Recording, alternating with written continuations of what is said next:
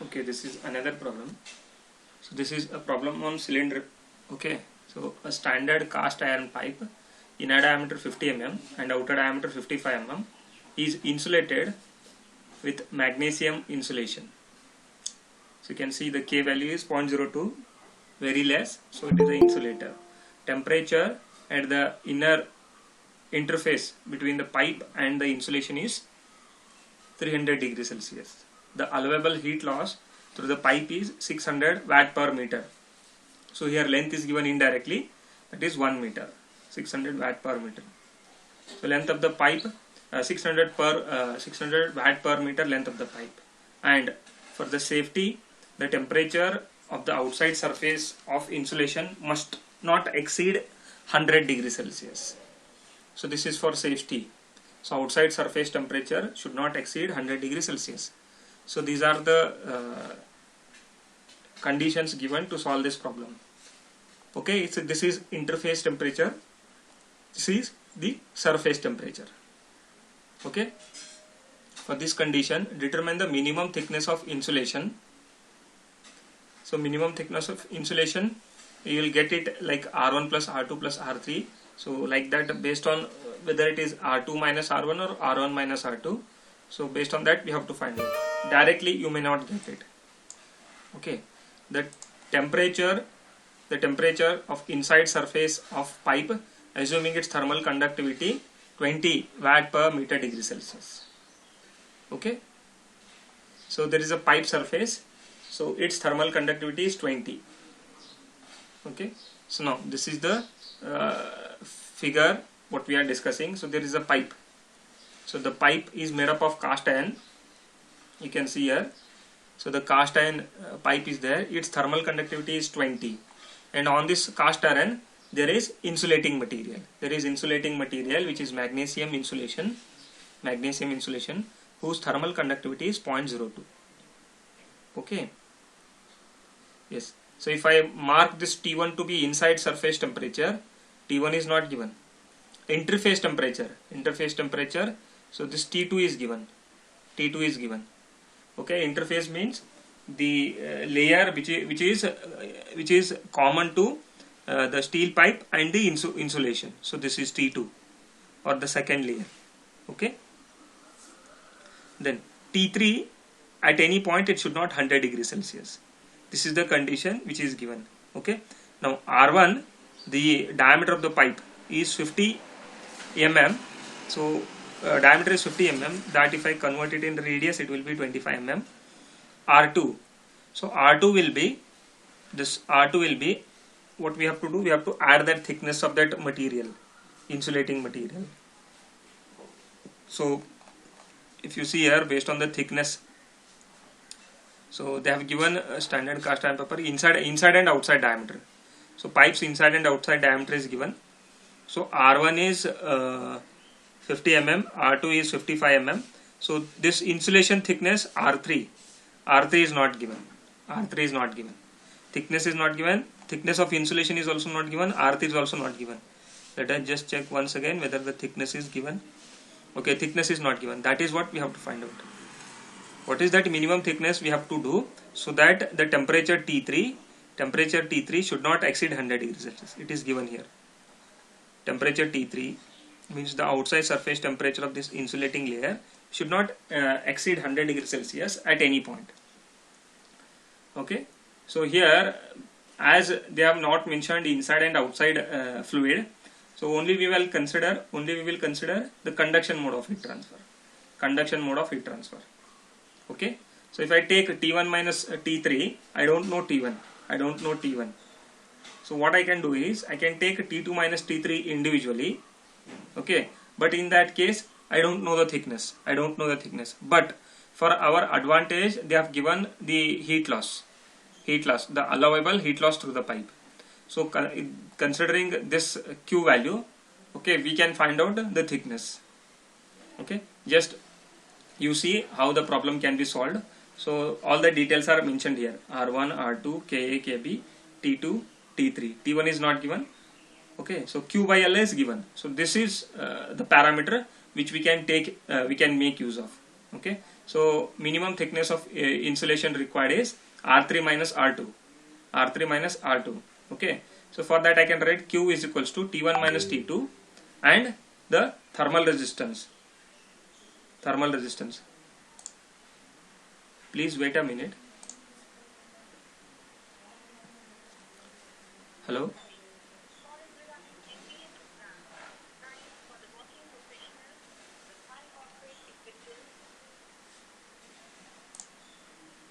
Okay.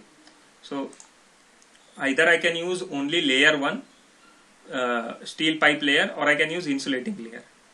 So as it is denominator, this is delta T and this is RTH for only one layer. This is also RTH for only one layer. So this second layer we can use, and we can find out R3. We can find out R3. So here you can see the equation is modified. The equation is modified, and if I take this term and this term, okay, I know Q by L. So T2, I know T2 is given, T3 is given, R3 is only unknown parameter, R2 is also given. So rest of the things are given. Rest of the things are given. So this Kb value, it is insulating material, no, that is also given. That is 0.02. So if we solve this equation, here we will get the value of R3. Here we will get the value of R3. Okay. Here if we solve, if you check, this is known. Here T2 is given, T1 we can find out because R1 and R2 are given, Ka value is also given. So with one equation we'll get the value of T1, with other equation we'll get the value of R3. So you can solve it two times. You can solve it two times. So T1 is calculated by using this and this. By using this and this. So to find out T1, it is written here. This and this are used to find out T1, and this value and this value of the equation are used to find out R3. So T1 is 300.45 and R3 is 28.7 mm. This is R3 value, but we want the thickness of insulation. So that will be R3 minus R2. So 1.2 mm thickness insulating material has to be used. Okay, if this condition is satisfied, then the outside surface temperature, it will not exceed 100 degrees Celsius. It will not exceed 100 degrees Celsius for all the given parameters. Okay, and the condition will be satisfied if we maintain the thickness of this layer to be 1.2 mm. Okay. Okay, now there is one more thing, problems on sphere. Problems on sphere, that I would like to tell that usually problems on sphere, they are not appearing in the examination. They are not appearing in the examination. So that is why we are not taking them. That is why we are not taking them to for our discussion. But what we will do is, we will solve some sample problem and we will upload them. We will solve some standard sample problems and we will share it with you. Okay. So it is not that they are also in the syllabus, but they are not asked in the examination. Okay. So in those problems we will not waste our time. Not waste our time. So we will what we will do, we will only take up these problems, sphere and cylinder. Okay. So these problems almost we have completed. There are one or two typical problems I would like to discuss.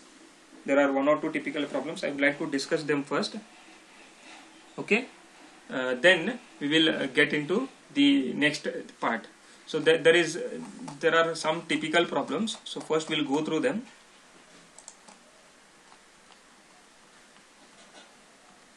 Like there is a coil problem. So those type of problems, they are slightly typical. Even though you have solution, we will just discuss it once, so that when you are going through, that becomes easier for you. So if you go through all these problems, no, these all cover all the varieties. These all will cover all the varieties or all the typical cases what are there. So if you go through these types, then definitely you can easily solve all types of problems which can appear in the examination. Okay. Yes. So this is a typical case. Okay. See here, this is problem number 6. It is a problem on plane wall. Okay. A square plate heater. There is a heater. it is considered to be a square plate heater, 15 centimeter by 15 centimeter, is inserted between two slabs. Okay, it is in between two slabs. Slab A is 2 centimeter thick. Okay, its K value 50 watt per meter degree Celsius. Slab B is 1 centimeter thick and its K value 0.2. The outside heat transfer coefficients on side A and side B.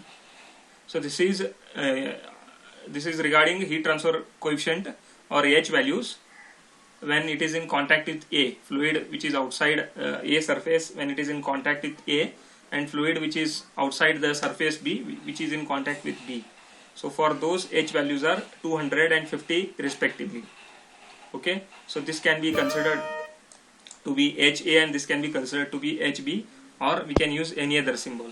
Okay, the temperature surrounding air is 25 degrees Celsius if rating of the heater is 1 kilowatt.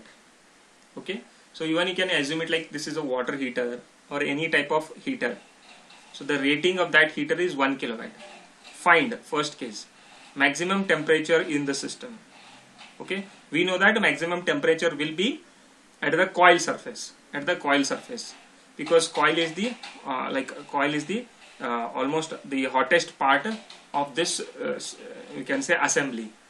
Okay, outer surface temperature of two slabs. Draw an equivalent electrical circuit. So you have to find out the outside surface temperature of the slabs. Okay, and we have to find out the maximum temperature. Means we have to find out all the temperatures. Okay, here we have to consider convection and 2 times conduction and convection. So there will be 4 modes of heat transfer. We can consider individually or we can consider one at a time. Okay, yes. So here what we can make use is that coil heater, this rating is given. No, we can make use of this parameter, and even this atmospheric temperature is given. Okay, so this is the arrangement. The coil is at the center. Here some thickness is shown, but the thickness can be neglected because in the problem thickness is not mentioned. So we can neglect the thickness. We can definitely neglect the thickness. Correct. So as it is not given, we can neglect it. We can definitely neglect it and proceed with the problem. Okay.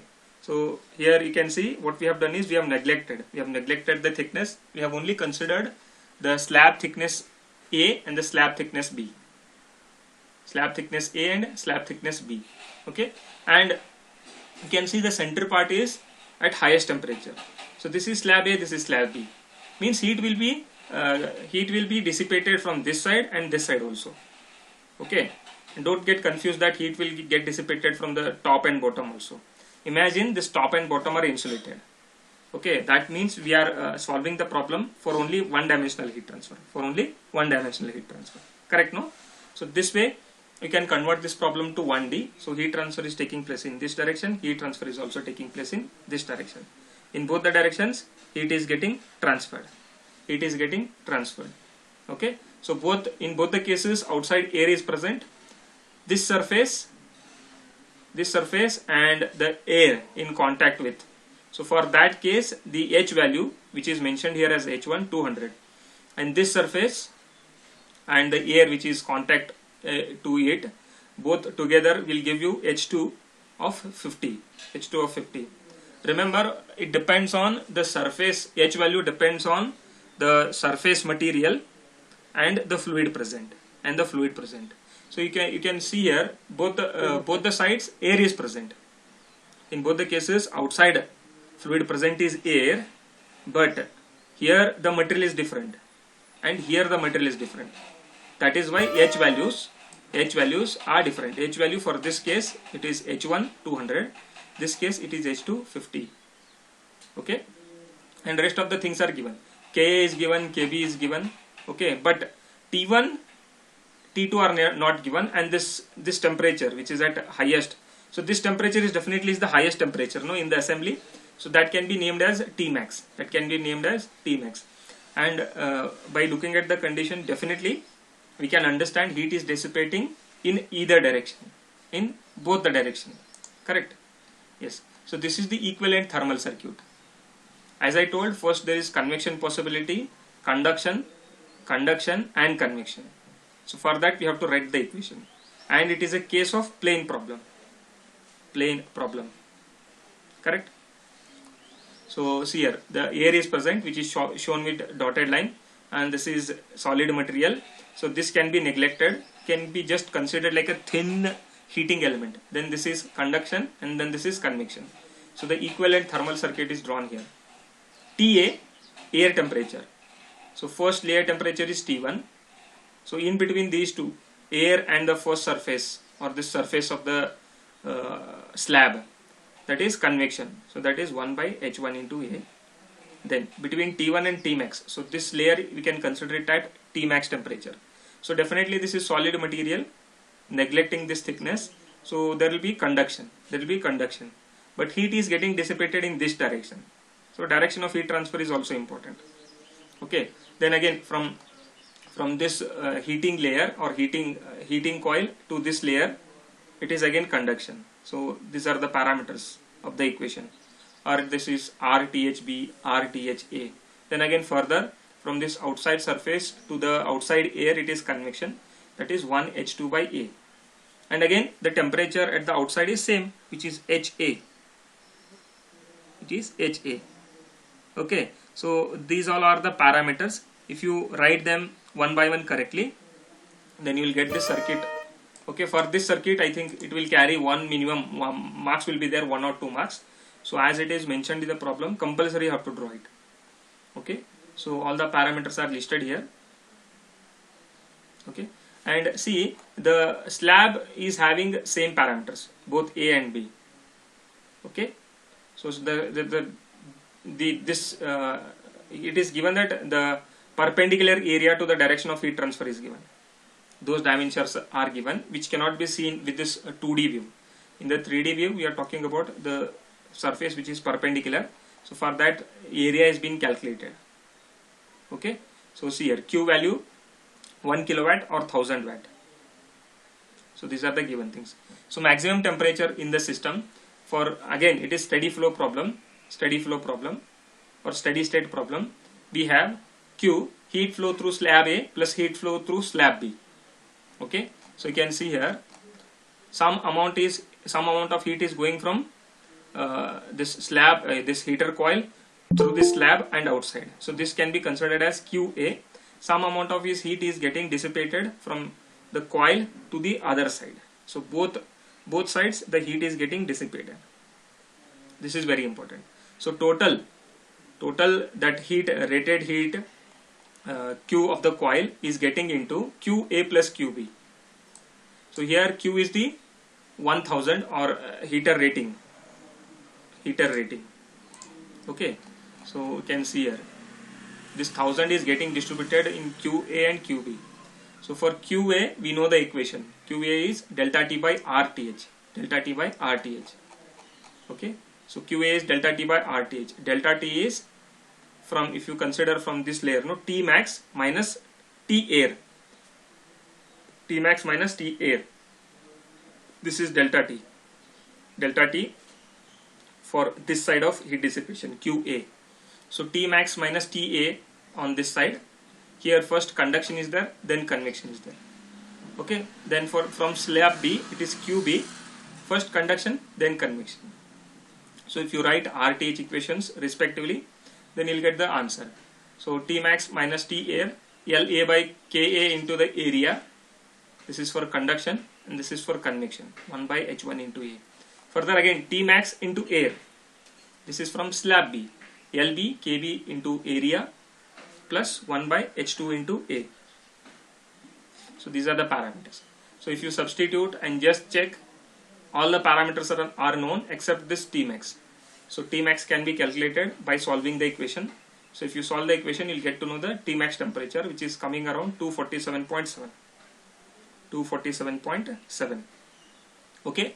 Now, other than this, what they have asked is, they have asked T1 and T2. T1 and T2.